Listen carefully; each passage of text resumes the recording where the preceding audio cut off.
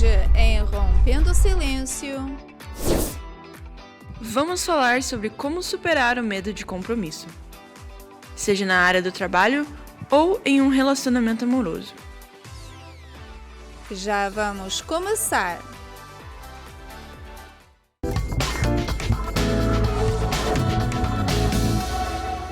Olá a todos, e aqui estamos mais um Rompendo o Silêncio com um tema muito importante, que é sobre o medo do compromisso. A gente vive num mundo onde a gente tem que assumir compromissos. e muitos compromissos. Desde a nossa família, acho que é o primeiro compromisso que a gente assume com a nossa família. Depois a gente começa a entrar na escola, a gente tem que assumir compromisso na escola, No trabalho. no trabalho, amorosos, na vida sentimental. Então nós estamos rodeados de compromissos. Mas será que a gente está enfrentando os medos a esses compromissos? O que são esses medos? Hoje nós vamos descobrir isso juntas no nosso programa. Temos muitas especialistas que nos vão estar ajudando a entender melhor o que é esse medo. Então fique conosco, vamos à nossa primeira matéria, Sandra? Isso, já voltamos. O medo de compromisso em um relacionamento amoroso é uma barreira emocional que muitos indivíduos enfrentam quando se trata de se entregar completamente a uma conexão íntima e duradoura. Esse receio pode surgir de experiências passadas dolorosas, insegurança pessoal ou até mesmo o medo de perder a própria identidade ao se comprometer com outra pessoa.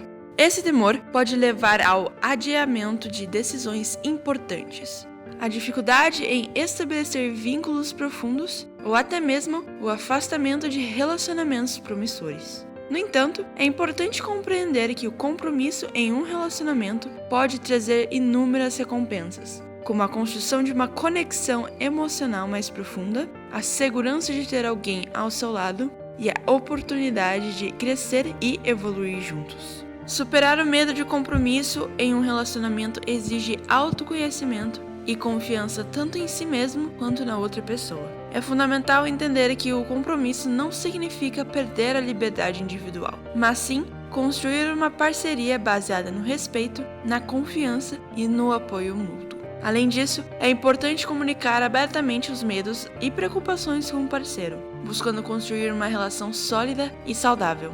Ao enfrentar o medo, é possível vivenciar um amor mais pleno e significativo, compartilhando momentos felizes e superando desafios juntos. Portanto, é crucial compreender que o compromisso é uma parte natural do crescimento e da construção de relacionamentos duradouros e gratificantes.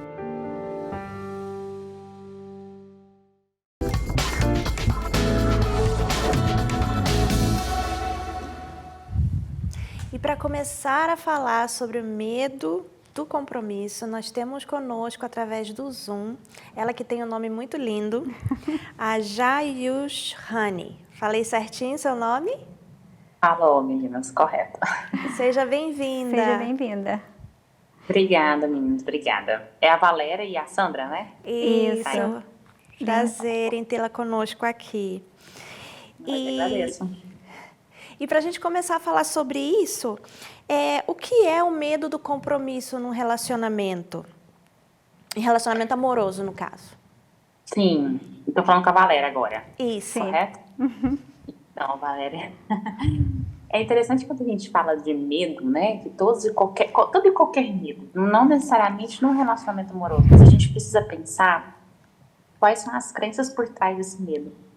Porque todo medo nosso é alguma crença que a gente carrega, né? Por algum trauma passado ou por alguma história parentesca, né? De mãe, no caso, principalmente de relacionamento amoroso. A gente carrega muito traços familiares. Um exemplo disso é nossa mãe que sofreu algum tipo de violência, ou nosso pai que era muito estúpido, né? Tinha uma relação muito estúpida com a nossa mãe, e a gente presenciou aquilo, então a gente carrega alguns medos.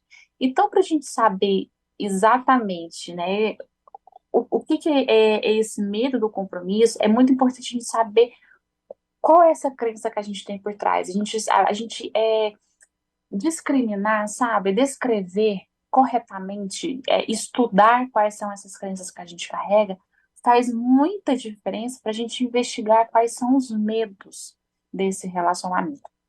E vocês vão me lembrando das perguntas, tá? Porque eu não gravei, tá bom? E quais são os sinais que alguma pessoa posseia esse medo no compromisso? Ah, sim, são vários sinais. A gente pode demonstrar sinais de toda e qualquer forma. Desde do se esquivar, né, de nunca ter tido um relacionamento. Porque é comum, né, já na adolescência, a gente já ter alguns flertes, né, de interesse de relacionamento. E quando a gente tem esse medo muito enraizado, essas crenças que nos levam a esse medo enraizado, a gente vai se esquivando, né, vai fugindo disso, desses relacionamentos. Então, sempre existe algum tipo de desculpa do porquê que eu não quero me relacionar. Ou uma pessoa é boa o suficiente para mim, entende? É um outro tipo de medo que a gente carrega também. Nunca vou encontrar uma pessoa perfeita. E a pessoa que carrega esse medo, né, desse compromisso, essa crença, ela procura uma pessoa perfeita, muito perfeita. Exatamente do jeito que ela imagina, né? Que ela endeusa ali, entendeu? Então, a gente carrega esses medos através de se esquivar, através de procurar uma pessoa muito perfeita, sabe? Para se relacionar. E acaba que isso vai gerando frustrações e a probabilidade desse medo aumentar é ainda maior. E, por exemplo, quais são as consequências que podem ter num relacionamento, a pessoa estando num relacionamento, sem tratar esse medo recorrente do compromisso? Olha, hoje, a consequência maior que nós temos é os ciúmes. É o ciúme, né? É você não confiar, falta de confiança na relação. Porque quando a gente não trabalha esses medos, não trabalha essas crenças na relação, eu vou desenvolver outras áreas no meu relacionamento que vai prejudicar, como a insegurança na relação. Sei lá, eu tenho medo de uma traição, né? Vamos falar aqui, vamos dar um exemplo de uma traição para ficar mais claro. Eu tô dentro de um relacionamento, mas eu morro de medo de uma traição, ou porque já aconteceu isso comigo, ou eu tenho um histórico familiar, né? Minha mãe passou por vários relacionamentos e teve traição, enfim. Eu vou desenvolvendo uma desconfiança, eu não vou trabalhando a confiança da minha relação. Então, minha relação ela sempre vai estar por um fio, porque tudo e qualquer coisa é motivo de desconfiança na relação. Entende? E isso vai. Eu sempre falo com meus pacientes o seguinte: relacionamento é como se fosse uma plantinha, onde você precisa regar a confiança para ela poder ir crescendo. Né? E quando mais você rega essa confiança, mais ela vai crescer forte, saudável. E menos necessidade de você adubar, né? Cada vez, conforme ela vai crescendo forte, vai ser necessário. Mas no início é preciso muito adubo, muita irrigação para ela poder crescer. Então, as consequências, a gente pode ter a insegurança na relação, nós pode ter também um aumento exagerado, né, de brigas, de DRs na relação, onde não se tem um linear, não se tem uma linguagem clara desse casal, do que eles estão falando, né? É como se cada um falasse uma coisa, cada um tivesse um objetivo, cada um traçasse metas e rumos diferentes na relação. E tudo isso vai virando uma bola de neve e vai trazendo consequências negativas para o relacionamento. Se vocês quiserem que eu vou dando mais exemplos, vocês me falam, tá? Não, tá bem. Agora, quais são as estratégias que a pessoa pode ter para lidar com esse medo do compromisso no relacionamento? Sem dúvida nenhuma, a melhor estratégia que a gente tem hoje é a gente categorizar, a gente, né, descrever, a gente saber colocar no papel quais são essas crenças negativas que eu carrego. Todos nós, todo ser humano, ele entra dentro de um relacionamento com crenças, tanto positivas quanto negativas, até mesmo porque nós nascemos dentro de uma família, né? Nós fomos criados com nossos avós, ou com nossos pais, ou com nossos tios, não sei, independente com quem você for criado, naquela família, naquele ambiente familiar que você esteve, existiam relacionamentos, né? Tanto de casais ou não casais, né? Você foi criado com a sua avó sozinha, enfim.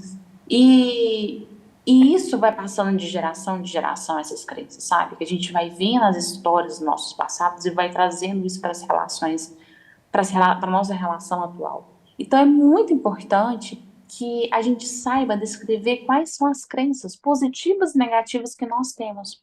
Para quê? Para que a gente consiga entender melhor aonde que está o nosso ponto crítico, aonde que está a nossa falha na relação, né? O que que eu preciso melhorar, o que que eu preciso é, amadurecer no meu relacionamento para que isso não venha prejudicar mais a minha relação, né? Quando a gente começa a trabalhar essas crenças, é impressionante como as coisas começam a fluir, né? A relação começa a amadurecer, como as próprias pessoas dizem, né? O relacionamento ele amadurece. Porque eu trabalho essas crenças negativas que me deixam presas a situações tanto passadas quanto atuais e que não fazem a relação ser leve, uma relação ser saudável, que você está presa a essas crenças, entendeu? E também, como a terapia ou ajuda profissional pode auxiliar nisso? A terapia, sem dúvida nenhuma, é muito importante quando a gente fala de terapia, porque a terapia ela é um processo, né? Ela é um processo onde o paciente ele vai trazendo essas crenças, ele vai trazendo essa história de vida dele, e nesse processo terapêutico ele vai se descobrindo onde ele precisa melhorar. É muito interessante quando a gente fala de terapia de casal, né? Que 99% dos pacientes que chegam pra gente, eles querem melhorar o outro, né? O problema sempre vai estar no outro. A problemática da relação, sempre o culpado vai ser o outro. O quanto é difícil olhar pra gente. E, e eu já chego e falo, né, para meus pacientes que não, a gente está ali para fazer o processo terapêutico individual em cada um, por mais que seja em terapia em casal. Porque quando eu procuro me transformar, quando eu procuro melhorar as minhas crenças, né, a minha forma de comunicar, a minha forma de me posicionar, a minha postura na relação, o outro muda, é por consequência. Então não existe aquela história que vou mudar por amor, né? Essa história ela não existe, ninguém muda por amor, gente. Tá? Você muda porque você enxerga uma necessidade de mudança para você se sentir melhor na relação.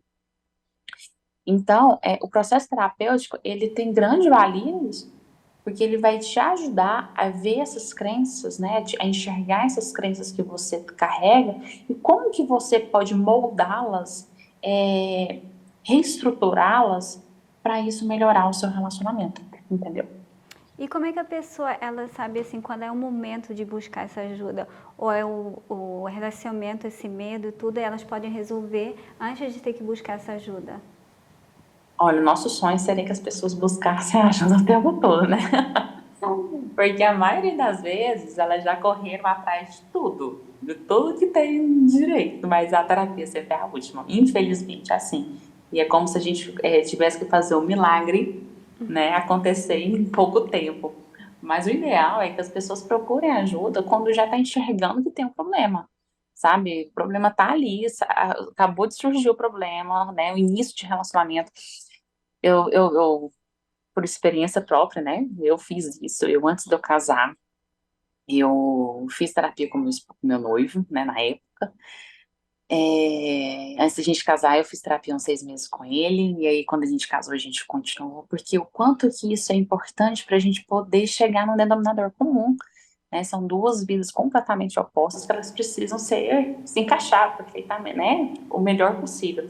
E procurar terapia é quando você já enxerga o problema, né? Não é saindo dando tiro aí para todo lado e ela ser a última opção. Não é legal isso. E isso é uma crença nossa, que a gente carrega. Culturalmente falando, é uma crença que a gente carrega, né? E procurar ajudas externas, a gente chama de psicologia popular, né?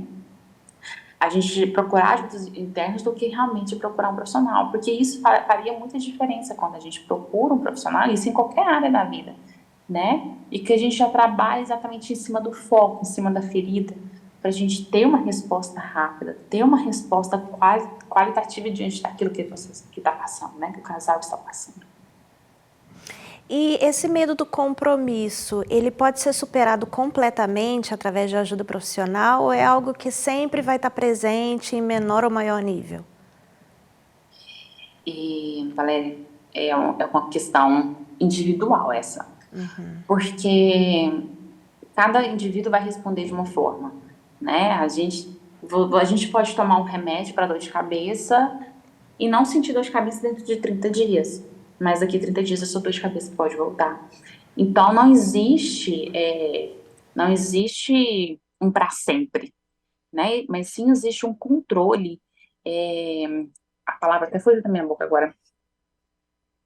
Um acompanhamento diário, né? A partir do momento que você está na terapia, que você recebe alta, né, da terapia, e que você já consegue lidar com as problemáticas da relação de forma tranquila, de forma dinâmica, né? Tá vindo um problema, tá vindo outro, e você vai conseguindo resolver eles, já sabe as técnicas de resolver essas problemáticas, elas sempre vão surgir, mas você já tira isso de letra, sabe? Isso já ficou muito fácil para você, isso é uma coisinha simples para você. Porque você já trabalhou aquilo na terapia e aquilo ficou fácil de entendimento.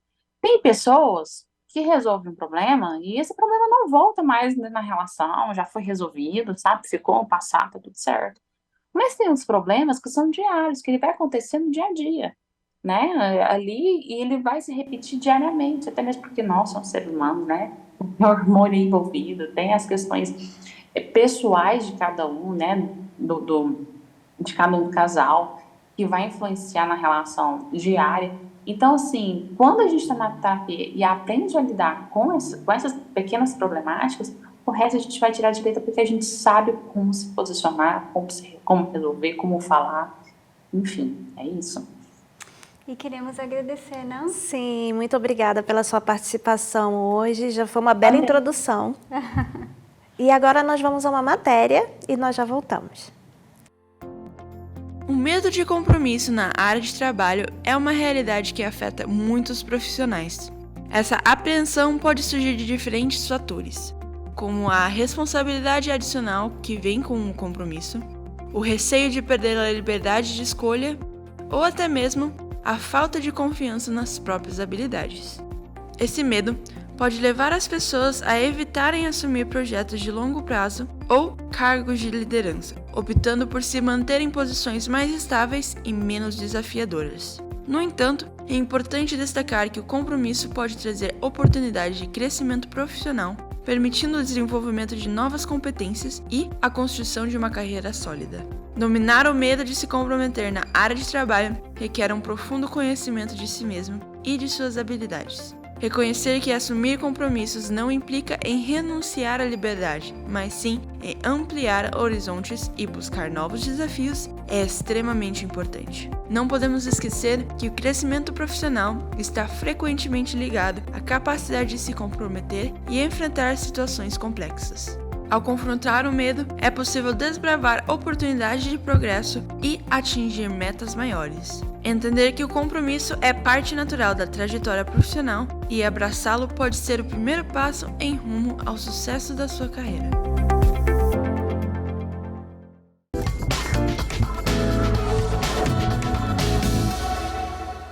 E para continuar conversando sobre esse assunto, nós temos conosco também por Zoom a Darlene Souza, que é mentora de carreira e analista comportamental. Bem-vinda, Darlene.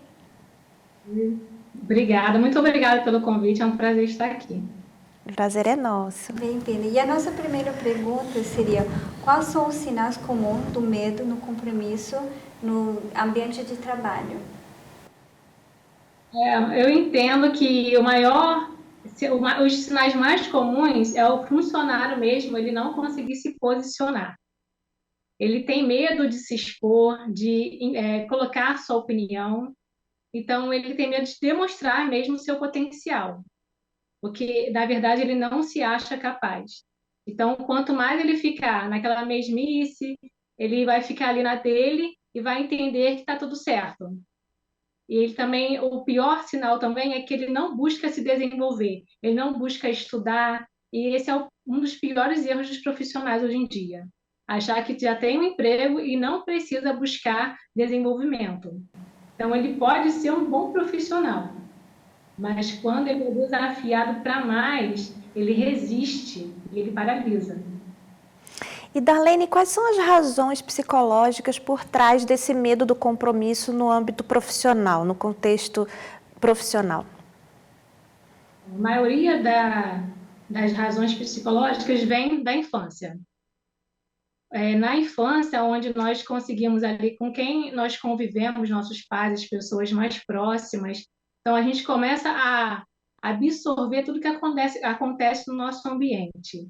E ali a gente consegue, então, começa a formar as nossas crenças, que a gente vai levar para a fase adulta, para a fase adulta.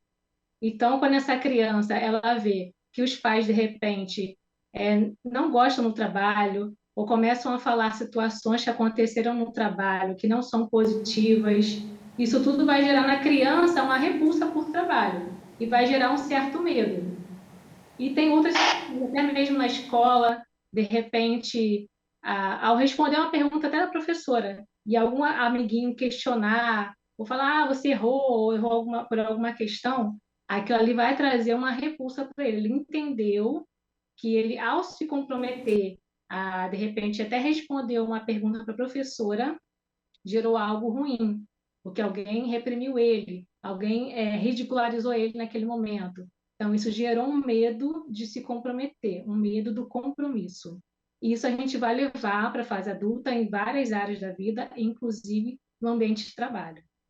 E eu acredito até que mesmo por comparação, às vezes a gente, no nosso ambiente de trabalho, a gente vê outros profissionais que, de repente, se comprometeram a ser promovidos, a crescer de cargo, e a gente vê que ele não está bem, ele não fez uma boa escolha. Então, a gente começa a observar que, se eu me comprometer a mais, eu também posso não ficar bem, eu posso ficar como o meu colega, que ele foi no momento errado para ele. Então, isso tudo vai trazendo consequências para a gente ter mais medo ainda de se comprometer no ambiente de trabalho. Então, isso também pode ser, esse medo esteja relacionado principalmente a tarefas específicas ou também pode responsabilidades? Eu acredito que, assim, todo tipo de tarefas pode acontecer com qualquer tipo delas. Mas, quando são tarefas onde nós temos mais habilidades, é mais fácil para a gente lidar com essas tarefas, então o medo é menor. Se é algo que eu estou acostumada, que faz parte do meu domínio, eu terei menos dificuldade, menor medo. Agora, se é uma tarefa que é mais complexa ou que vai me exigir um comprometimento maior, aí eu vou paralisar mais. E Darlene, você falando aí, me veio à mente também que esse medo do compromisso faz esse profissional ter também o medo de dar novas ideias, implementar coisas novas, ser aquele funcionário produtivo, né? Então, quais são os fatores negativos que isso pode afetar na vida profissional dessa pessoa que tem o medo do compromisso? Então, a produtividade dele vai ser de forma negativa, por quê? Ele vai entender que ele precisa entregar o básico. O que for passado para ele como meta, como desafio, ele vai cumprir, mas ele vai sempre entregar o básico, porque ele entende que ele está fazendo o que é solicitado. Então, ele vai ficar na média. E, geralmente, as empresas não querem que o funcionário entregue o básico, querem que ele entregue mais, sempre mais do que é pedido. Então, essa produtividade dele vai estar sempre naquela mesmice, que nós chamamos até de zona de conforto, que ele acha que, para ele, ele está entregando conforme foi solicitado e está bom, não tem por que entregar mais, porque ele não quer se comprometer a mais por causa desse medo do compromisso no trabalho. E a questão da carreira, por que vai trazer de forma negativa na carreira dele, é uma clássica questão que vai trazer para ele de insatisfação. O funcionário, quando ele está muito tempo na carreira, muito tempo na mesma função, com o tempo, essa produtividade dele e a carreira vai ser comprometida, porque ele vai começar a se sentir insatisfeito no trabalho, vai se sentir infeliz. Ele vai entender que aquele momento dele, ele não tem perspectiva de crescimento, ele falta reconhecimento para ele, mas ele não consegue perceber que é ele que está ocasionando isso tudo. Porque uma vez que ele não se posiciona, uma vez que ele tem medo de enfrentar novos desafios, uma vez que ele não entrega mais do que é pedido, uma vez que o medo está paralisando ele, então vai paralisar também a carreira dele. Ele vai continuar por muito tempo fazendo a mesma coisa e vai acabar vendo também outros profissionais de repente com menos tempo na empresa, ou são bem mais novos, avançando, crescendo e ele paralisado. Então, isso que traz aquela falta de motivação no trabalho. Sim, inclusive também existem desafios. Quais são esses desafios que essa pessoa que tem medo do compromisso enfrenta ao assumir projetos a longo prazo? Porque, como você explicou, eles querem fazer o básico, né? A pessoa que tem medo de compromisso no trabalho quer fazer o básico, não quer sair do básico. Então, quais são esses desafios que essa pessoa enfrenta? Eu trouxe até um exemplo aqui bem clássico, que o maior desafio para quem não quer se comprometer a longo prazo é a pessoa que não consegue desenvolver a sua carreira. Ela está hoje no trabalho, ela tem a sua função, mas ela não consegue ver a longo prazo. Ou seja, daqui a 5 anos, aonde eu quero chegar? Qual lugar na empresa que eu quero estar? Será que eu quero crescer? Será que eu gosto do que eu faço hoje? Então, ele precisa planejar, ele precisa ter esse planejamento a longo prazo, porque se ele tem tanto medo de se comprometer, ele vai ficar ali por mais tempo, e o longo prazo, que é o desenvolvimento, o crescimento, de repente mudar até de empresa, se ele entende que ele quer ir para uma outra área, ele não vai conseguir, ele vai paralisar. Então, esse longo prazo dele não vai chegar. O longo prazo dele vai ser no mesmo lugar, de repente, parado, insatisfeito, porque ele não se desenvolveu e o medo realmente paralisou. E é onde começa o trabalho do mentor de carreiras, né? Eu, como mentor de carreira, eu vejo muito isso. O profissional insatisfeito, parado no mesmo lugar durante muito tempo, infeliz, e que não estudou, não buscou crescer, e ele não sabe o que fazer, para onde ter esse direcionamento.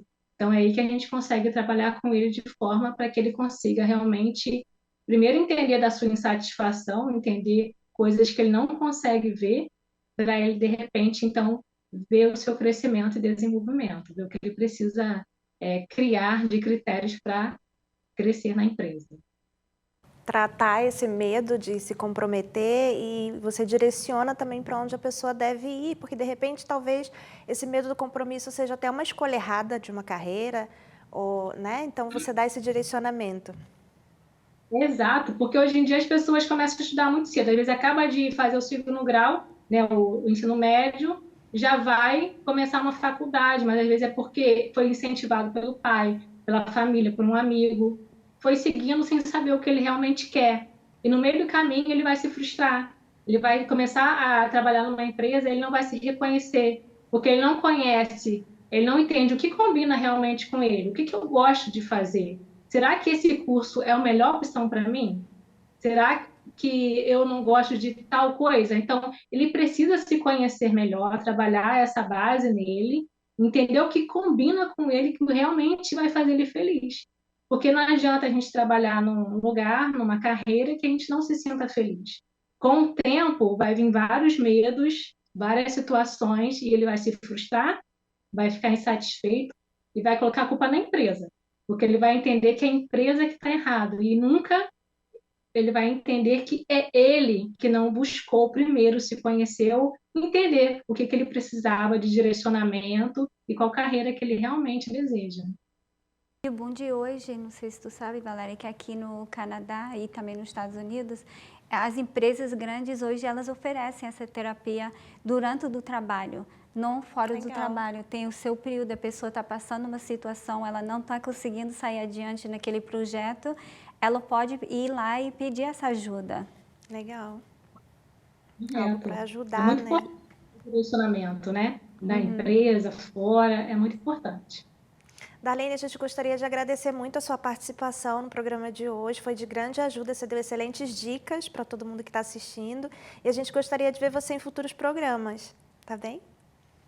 Eu que agradeço a oportunidade, muito obrigada e com certeza, se eu puder contribuir com mais, é só me chamar. Obrigada Com certeza, de novo. obrigada. E ainda não terminamos. Para finalizar esse tema de hoje, nós temos conosco aqui no estúdio, temos o prazer de recebê-la, a Tatiane De Fácio, que é estrategista de carreira internacional. Seja bem-vinda, Tatiane. Obrigada, meninas, por me receber. O prazer é nosso, né? Obrigada, sim. E a nossa primeira pergunta seria, a maneira que uma empresa funciona pode influenciar na manifestação do medo, do compromisso entre os colaboradores? Sim, com certeza. Por isso que eu sempre falo para as pessoas quando elas estão buscando um emprego, não focar na vaga, e sim na empresa. Porque quando a gente foca na empresa, a gente consegue entender qual que é a cultura que a empresa tem, né? Como que eu consigo me encaixar naquela empresa, se está de acordo com os meus valores, se está de acordo com o que eu estou almejando para a minha carreira.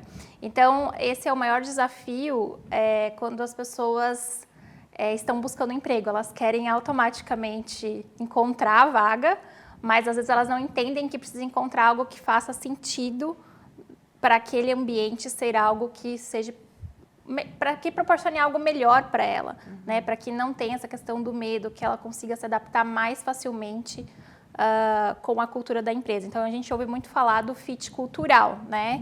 Aí, quando o cliente fala para mim, eu não estou passando na entrevista. Então, eu falo assim, tá, então o seu fit está alinhado com o fit cultural da empresa? Então, só para o pessoal entender um pouquinho o que é o fit cultural, imagina um domingo numa família de italianos, num almoço. O que vocês imaginam que acontece? Conversa, Fala alto, barulho. Exatamente. Se eu cheguei no domingo e a família italiana está quieta, o que vocês vão pensar? Aconteceu alguma Uma coisa. coisa. Aconteceu alguma coisa, exatamente. Então, o fit cultural é exatamente aquela coisa que está por trás ali, né? O que está por trás da empresa, né? E como que a gente sabe o que está por trás da empresa? O que a empresa está falando nas redes sociais? O que a empresa está falando no LinkedIn? Como que ela está se posicionando?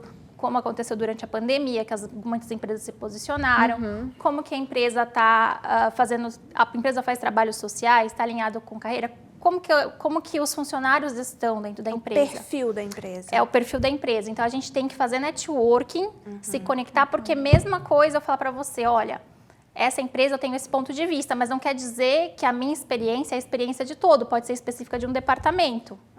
Porque eu já tinha clientes que estavam em empresas que são as melhores empresas para se trabalhar, e mesmo assim a pessoa não estava se sentindo confortável com aquela liderança. Então, a gente precisa entender todo esse contexto para a gente conseguir fazer esse encaixe e minimizar o impacto do medo. E a língua também tem muito a ver com isso? Da pessoa fugir da responsabilidade, do compromisso? Essa pergunta tem a ver com você, né? Muito a ver comigo. Muito. Às vezes os clientes até falam, tocou o telefone, eu tenho que atender, né? É uma entrevista, eu tenho que atender, porque o brasileiro vê o telefone tocar e deixa lá tocando, porque a questão do medo da língua é algo que realmente cria essa barreira. Por quê? Porque a pessoa já sente, será que eu vou conseguir me comunicar? Eu vou conseguir falar o que eu penso? Eu vou conseguir expressar toda a minha parte técnica, né? No formato para liderar, para os meus colegas de trabalho? Então, sim, é uma questão.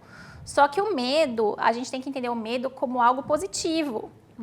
O medo, a gente olha muito as nossas emoções como algo negativo. E a gente tem que entender o medo é um alerta. Né? Então, Então, o que isso significa? Significa que eu vou ter que fazer o inglês? Significa que eu vou ter que fazer um intensivo de francês? Significa que eu vou ter que, talvez, fazer um curso técnico da minha área em inglês para eu pegar os termos técnicos? Então, a gente usa as emoções como ferramenta de autoconhecimento. Porque muitas vezes também o que acontece é o medo, quando a gente começa a passar a ter medo nas situações da carreira, a gente começa a sentir sintomas físicos. Então, eu tenho um cliente que me liga e fala assim, eu fui para entrevista, mas eu passei mal a noite inteira. Igual eu. Ansiedade. Eu sinto pânico quando eu sei que eu vou fazer programa em português. Que eu faço rádio em inglês, para mim é tranquilo, mas quando eu sei que é o meu dia de tocar em português, eu fico pensando o dia anterior. Não fujo, mas eu fico pensando o dia todo. Porque o nosso corpo fala, todas as emoções que a gente sente, por isso que eu tô falando, a gente tem que olhar para as emoções como uma ferramenta de autoconhecimento. Então, eu tô sentindo medo que meu corpo tá dizendo, exatamente. Às vezes o cliente ele passou mal, às vezes tá com dor de barriga, não dormiu. Então, é um monte de emoções ali que a causa é o medo. Mas o medo é o quê? O medo do desconhecido, né? Então, a gente olha... Então, como que a gente ameniza esse desconhecido? Desenvolvendo técnicas. Então, o curso para você, o português, né? Como que pode, né? Talvez fazer aulas de... Porque outro dia eu me conectei com um grupo, porque os meus clientes falam assim, Tati, eu realmente tô aqui há 5 anos, mas eu sinto que o meu inglês não evoluiu. Aí eu falei, tá bom, eu também sinto, né? Estamos no mesmo barco. E aí eu fui me conectar com um grupo de brasileiras que está aqui há mais de 30 anos e elas me falaram a mesma coisa. Aí eu falei assim, eu acho então que o problema não é o inglês, é nós, cultural nosso brasileiro. Sim, a gente nunca acha que tá suficiente, que tá bom, a gente quer falar como os nativos, né? É que eu também, eu acho que a Sandra fala português super bem, Perfeito! né? Mas na cabeça dela não, ela tem essa dificuldade. Exatamente, então quanto que isso a gente começa a se auto-julgar, né? E aí eu acho que entra muito isso, eu falo assim para os meus clientes, não julgue o seu inglês, vai para a entrevista, deixa o recrutador julgar o seu inglês. O medo não pode paralisar. O medo não pode paralisar. O medo ele tem que ser um propulsor para a gente continuar. Sim, exatamente. Porque falam que as coisas só acontecem quando a gente está em movimento. Se a gente não está em movimento, as coisas não acontecem. É verdade. E muita gente para nessa etapa, né? Não, eu não vou conseguir, eu não posso. Não, quando o importante é seguir, é buscar as ferramentas para seguir adiante, né? Exatamente, exatamente. Por isso que eu sempre uso as emoções, né? E a gente tem que olhar, porque o medo a gente nunca quer enfrentar. A gente quer sempre evitar, né? E aí é quando o nosso corpo fala, várias coisas falam, às vezes dá tudo errado.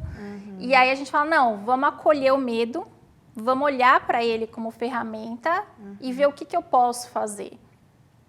Legal. Agora, esse medo do compromisso na empresa, quando você lida com as pessoas que você ajuda, ele atrapalha nas relações interpessoais, né, entre os companheiros de trabalho, de cooperação entre os companheiros de trabalho? O que você tem visto? Sim, eu percebo que sim, que acaba prejudicando, porque a raiz acaba vindo desde a comunicação, né?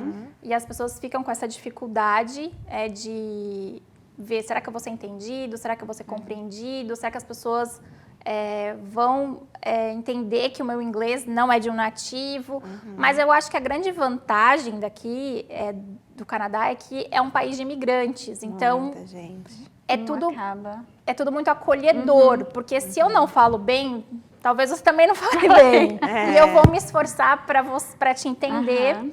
E eu acho que é a questão da empatia, né? Quando tem uma empatia de a gente olhar e falar assim, não, eu também passei por isso, de talvez entrar numa empresa nova, né? De ter que começar a me socializar de novo, me comunicar em outra língua. Então, quando a gente trabalha essa questão da empatia, fica mais fácil também de entender que o coleguinha também está passando por isso. Sim.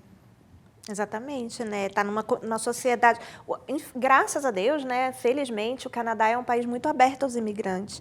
Então, você vê gente de todos os países, de países até que é mais difícil até ter um inglês bom, porque, né, não existe assim uma língua tão difícil de se aprender. Mas tem países que realmente têm mais dificuldade, né? Como na Índia, e a gente vê que eles estão ali inseridos no mercado de trabalho.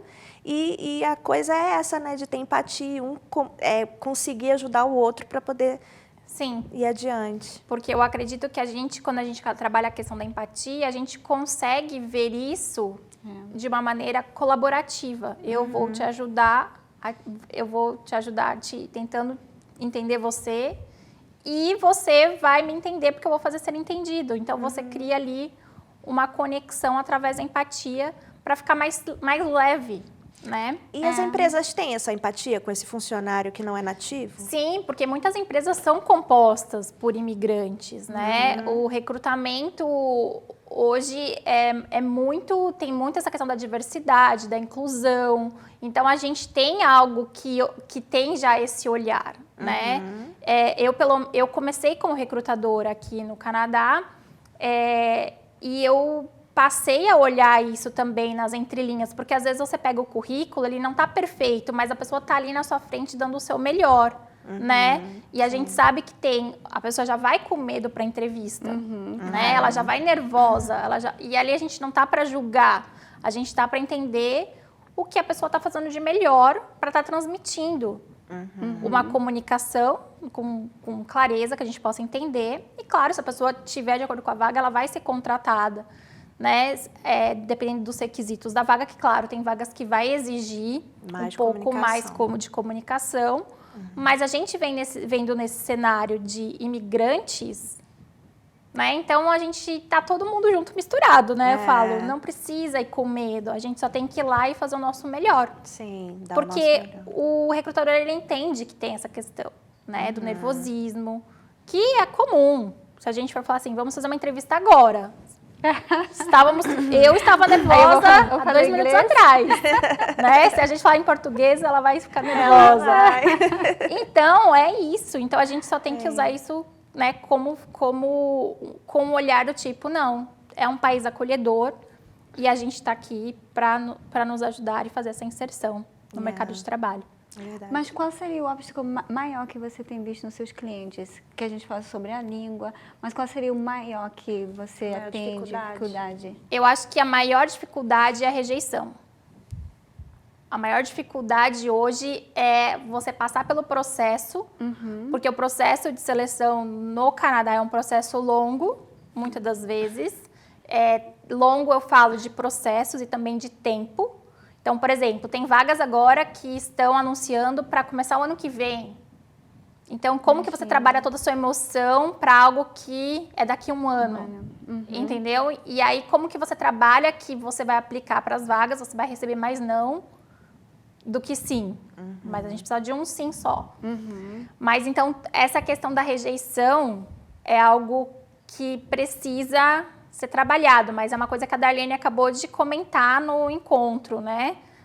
Da questão que é uma coisa que vem da infância. E tudo que a gente traz da infância reflete na nossa carreira. Então, todos os comportamentos que a gente tem, eles acabam refletindo. Então, se a gente tem aquela questão da rejeição, vai ser doloroso.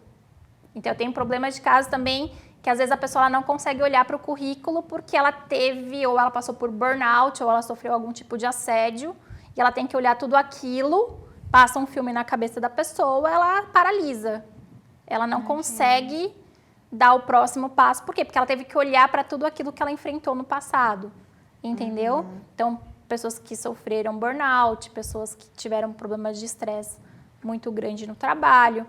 Então, tudo isso são questões que a gente tem que... O mentor, né? A gente tem esse trabalho, né? E hoje meu foco é muito mais emocional do que técnico, porque a pessoa que vem procurar um mentor de carreira, ela tá com todas essas expectativas e muitas emoções à flor da pele, que às vezes ela nem sabe lidar com essas emoções, que é a ansiedade, o medo, a questão da rejeição, fiz, só dá errado, né? Não tenho resultado. Frustração, né? A frustração, que acaba também sendo o terceiro tópico que eu entraria, que é se sentir frustrado, né? Mandei o currículo, fiz, mas não tenho retorno. Então, a gente tem que lidar com todos esses sentimentos, que eu falo que é um caldeirão de sentimentos. Verdade. Então, precisa ter muita bagagem para cuidar desse profissional e trazer um pouco de esperança, porque esse profissional ele só querendo um pouco mais de esperança que sim, que ele vai conseguir se realocar no mercado. Sim, e é um mercado super concorrido aqui no Canadá, porque cada dia chegam mais imigrantes, mais pessoas, inclusive as pessoas vão até para cidades mais afastadas dos centros urbanos, porque está ficando saturado, né? Sim, outro dia eu vi que a fonte foi exatamente de um site de inteligência artificial, que aqui em Toronto são 76 candidatos por vaga. Olha só, como não ter ansiedade, né? Essa pessoa que está querendo entrar nesse mercado de trabalho. Então, assim, é muito concorrido, mas eu sempre falo para as pessoas, né, para os meus clientes, para os meus seguidores, a gente fala assim, gente, como que você se destaca perante a multidão? Então, você tem que arranjar em estratégia, porque às vezes você quer ir para o caminho convencional e às vezes a estratégia não é ali, às vezes você tem que trazer outras técnicas de contatos, network, participar de eventos, para que você tenha um atalho ali, né? Então, por isso que hoje eu tenho grupos de WhatsApp, que eu divulgo vagas, que eu recebo muitas vagas, eu tenho muito contato com recrutadores. Então, hoje o pessoal recebe vagas, hoje são mais de 10 grupos de WhatsApp que eu repasso as vagas que eu recebo. Porque é muito por indicação aqui também, né? Então, as pessoas elas não entendem que elas vão ter que começar realmente do zero, né? Construir essa base de contatos. E aí, as pessoas também já passaram por situações, ninguém me ajuda, né? Do tipo, eu tô na comunidade, mas ninguém me ajuda. Não são unidos. Não são unidos. E aí eu sempre tento trazer, faça o melhor que você pode com o que você tem. Então, hoje eu tenho lá os grupos que a gente faz as divulgações. Eu tenho o grupo de recursos humanos, porque na pandemia a gente sentiu a necessidade também que as pessoas se formavam e não tinham emprego. E como que teve toda essa questão, era 15, 30, 50 profissionais se formando e não tinha emprego disponível, né? Então, a gente construiu essa base sólida também de profissionais de recursos humanos que hoje estão realocados e conseguem trazer as vagas para a comunidade, né? Então, a gente está fazendo esse trabalho para que o brasileiro consiga observar que, sim, a gente vai conseguir, todos conseguem. Por que a gente não vai conseguir, não é mesmo? Claro. E a gente vai fazendo esse trabalho para que todos tenham acesso às informações e consiga se realocar da maneira mais rápida e possível. Tatiana, a gente está chegando no final do nosso programa, mas a gente gostaria que você desse as considerações finais, um conselho para essa pessoa que está chegando, tem esse medo de se comprometer, de querer buscar uma oportunidade de trabalho na sua área e está com esse medo de começar. O que você tem para falar para essas pessoas? Bom, eu acredito que o maior medo já foi transpassado quando você decidiu deixar o seu país, né? É verdade. Então, não tem um medo maior que possa ser comparado com isso, né? Que todos nós estamos aqui porque a gente tomou essa decisão de seguir, né? E fazer essa mudança. Então, quando você olha o que a gente já foi capaz de fazer, é tão pequeno esse medo, né? E a gente vai conseguir transpassar. Então, eu acredito que é acreditar, né? Acreditar que sim, tem um tempo para as coisas acontecerem, né? Eu falo que a gente planta a sementinha, amanhã a gente já quer colher a manga. E não dá. A gente planta a sementinha, tem que regar, adubar, né? Vai chover. Então, às vezes, tem um tempo ali de maturação até para você entender como que funciona, né? O mercado de trabalho, né? Se adaptar à cultura. Então, é ter paciência, né? Ter fé e paciência, porque o maior medo já foi superado, né? De chegar até aqui.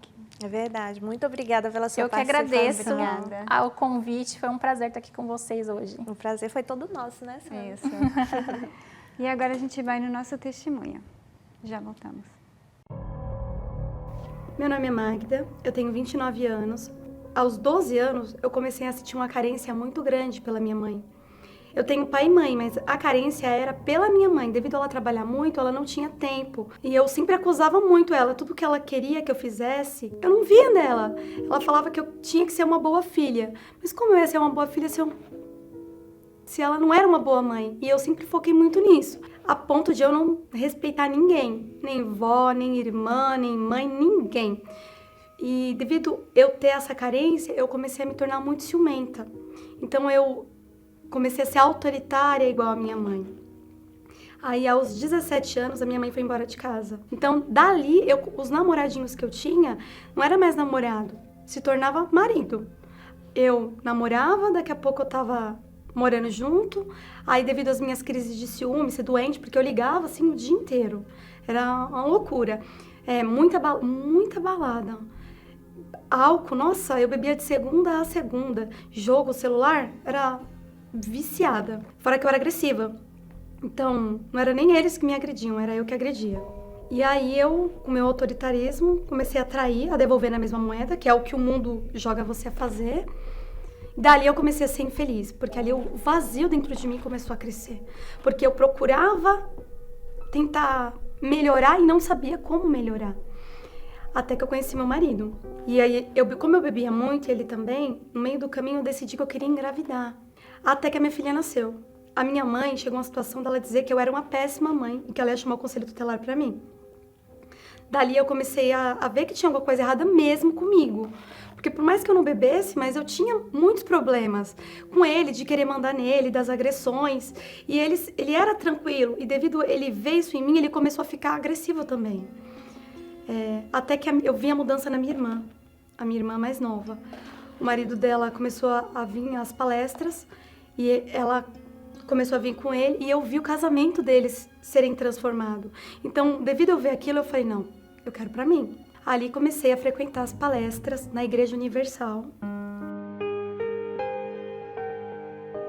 Aí eu comecei a até fazia fogueira santa, jejum de Daniel, eu fazia, mas eu não colocava toda a força. Até que eu participei de um jejum de Daniel e eu pedia muito em prol do meu marido, eu queria a mudança dele, porque ele chegou a falar pra mim que ou era o meu Deus, ou ele. E ali eu nem imaginava voltar atrás do que eu era. E aquela mudança só servindo a Deus, então eu não queria. E aí eu falei pra ele, então eu escolho meu Deus. Parei de focar nele, eu comecei a olhar pra mim. Porque ali eu já tava consciente do que era o Espírito Santo, mas eu ainda não tinha o Espírito Santo. E ali eu comecei a buscar, a perguntar, até que eu fiz um propósito. Eu fiz uma fogueira santa e eu falei pra Deus, Senhor, é tudo por tudo. E ali eu coloquei toda a minha força, eu orava de madrugada, eu jejuava mais, eu perguntei pra Deus, Deus, o Senhor quer o que mais de mim? Para que eu possa ter o seu Espírito, que é algo tão grandioso, as pessoas falam que é algo tão maravilhoso, e eu quero isso dentro de mim, porque eu já tinha as mudanças físicas, a ponto das pessoas olhar para mim e falar, nossa, Magda, o que aconteceu com você? Mas ainda faltava o Espírito Santo. E ali começou a minha batalha. Aí eu participei da Fogueira Santa, e ali eu comecei a perguntar para Deus. Naquele envelope, eu coloquei a minha vida. E a minha vida não foi o dinheiro físico, que eu nem lembro quanto eu coloquei. Mas eu coloquei a Magda. Eu pedi para Deus, tira o orgulho de mim, tira essa soberba, tira esse autoritarismo. Eu não quero ser assim. Eu falei para Deus. E eu lembro que foi maravilhoso. Nossa. E ali Deus, ele realmente, ele tirou tudo que eu não queria, ele tirou. A ponto de eu nem perceber que eu não era mais aquilo. E quando eu recebi o Espírito Santo, Deus falou pra mim. Ele foi muito claro. Ele falou que ele já era comigo. Que só faltava eu ser com ele. Não tem preço ter o Espírito Santo. Porque ele muda a vida da gente. Ele muda a alma. E as pessoas podem falar o que quiser de você, mas ele não deixa, não te machuca mais. Daquele dia pra cá mudou tudo. Porque a gente começa a olhar o mundo de outro jeito. A gente olha as pessoas de outro jeito. Dentro de mim, tudo que acontece na minha vida, no meu decorrer do dia, se torna em Deus. Eu quero falar do amor dele. Aquela alegria, eu tenho vontade que todas as pessoas do mundo sintam aquela alegria. Porque não tem preço. A Magda hoje, ela tem amor pelas pessoas.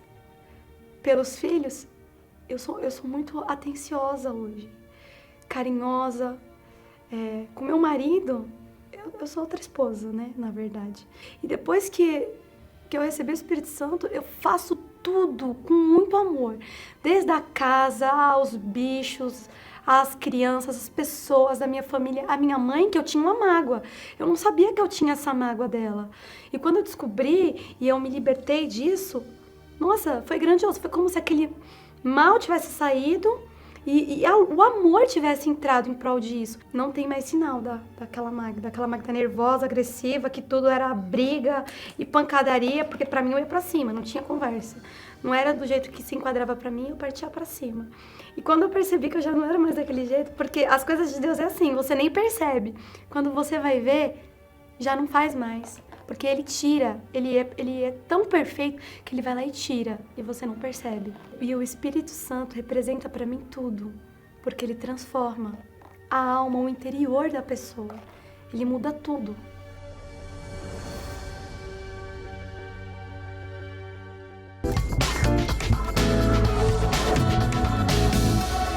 Uma coisa que ela comentou é Deus maravilhoso. E esse é o Deus que a gente oferece, não? Sim. Que é um Deus que tem tanto poder.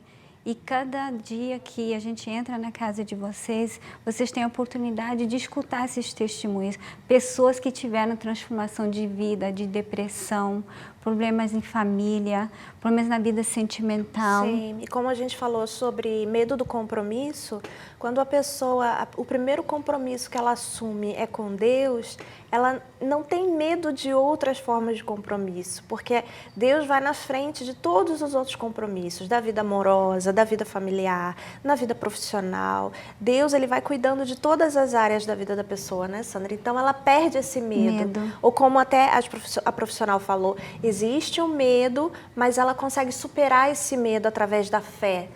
Porque quando ela tem esse compromisso. E é como os testemunhos têm falado, não?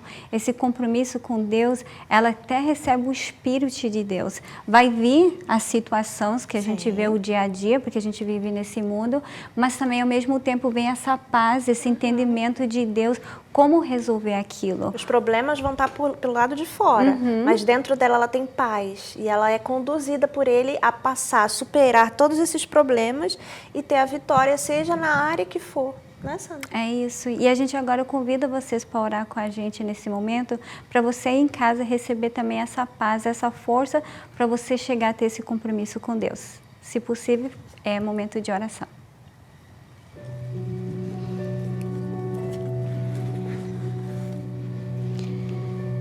Senhor, meu Deus, entramos agora diante da Tua presença, meu Deus, e sabemos que há muitas pessoas nesse momento escutando esse programa, escutando essa oração e que estão, meu Deus, com uma necessidade, que seja na vida sentimental, que seja no trabalho, na família, o problema que ela esteja passando nesse momento, talvez ela se encontra no hospital, numa prisão, meu Deus, mas ela está precisando dessa paz que vem do Senhor e eu te peço, meu Deus, que o Senhor envie agora o Teu poder sobre ela, onde ela se encontra, meu Deus, e vem dar essa paz, essa força, meu Deus, para ela poder encontrar, meu Deus, ao Senhor, esse compromisso contigo, esse compromisso que vai dar a ela felicidade, transformação de vida, como ela tem visto toda semana a transformação de vida desse povo, que tem escutado a Tua palavra, que tem entendido que através da oração, da palavra, que tem libertação, meu Pai, que tem transformação, que tem paz. Por isso eu te peço nesse momento que essas pessoas venham receber essa paz. Não importa a situação que elas estão passando agora, coloca agora, meu Pai, essa força, essa paz dentro de cada uma delas, Senhor Jesus, e essa certeza, o que elas estão passando, meu Deus, que o Senhor está agora resolvendo, dando a resposta. Oh, meu Deus, eu te peço que o Senhor abençoe cada uma delas, em nome do Senhor Jesus. Amém. Amém. Amém. Tenha por seguro que essa oração, se você crê, ela entrou na sua casa. Sim. E essa paz que a gente falou, ela entra agora. E essa força de você poder ter esse compromisso com Deus, ela entrou em você. Agora a gente convide como toda semana, sim, não? Sim, é porque a pessoa que está nos assistindo agora, nós falamos de compromisso com Deus e a pessoa pode estar se perguntando, compromisso com Deus? Como eu vou me comprometer com Deus? Se comprometer com Deus é você separar um tempo na sua semana, ou 3 vezes na semana, ou uma vez por semana. Uma vez por semana ela separar um tempo da vida dela, da correria, das coisas que ela tem para fazer e vir à casa de Deus, buscar a Deus, buscar conhecer mais esse Deus, para que você possa encontrar essa paz. Isso é esse compromisso com Deus que a gente falou. Então a gente te convida a estar aqui no 2420 da Dufferin Street. Nós temos igreja em português. Se você tem alguém que você conhece que fala espanhol, nós temos a nossa igreja em espanhol, assim também como em inglês. Você é o nosso convidado especial, né, Sandra? Isso. E aí também na tela vai estar toda a informação, o número que você pode ligar para poder saber, assim, talvez você fale, mas eu não estou em Toronto, eu estou em Scarborough, eu estou em Brampton. Aí também a gente tem igreja, é só você ligar, que aí você vai ter a informação. E também os pastores e os esposos estão também aí disponíveis para poder orar mais por você, atender vocês. Tá toda a informação aí. E a gente queria agradecer, nós estamos chegando ao final. Já chegamos ao nosso final e fiquem ligados no nosso próximo tema, no nosso próximo programa, porque estamos sempre trazendo temas interessantes que ajudam a você que assiste. Então fique conosco no próximo Rompendo Silêncio. Deus abençoe. Deus abençoe.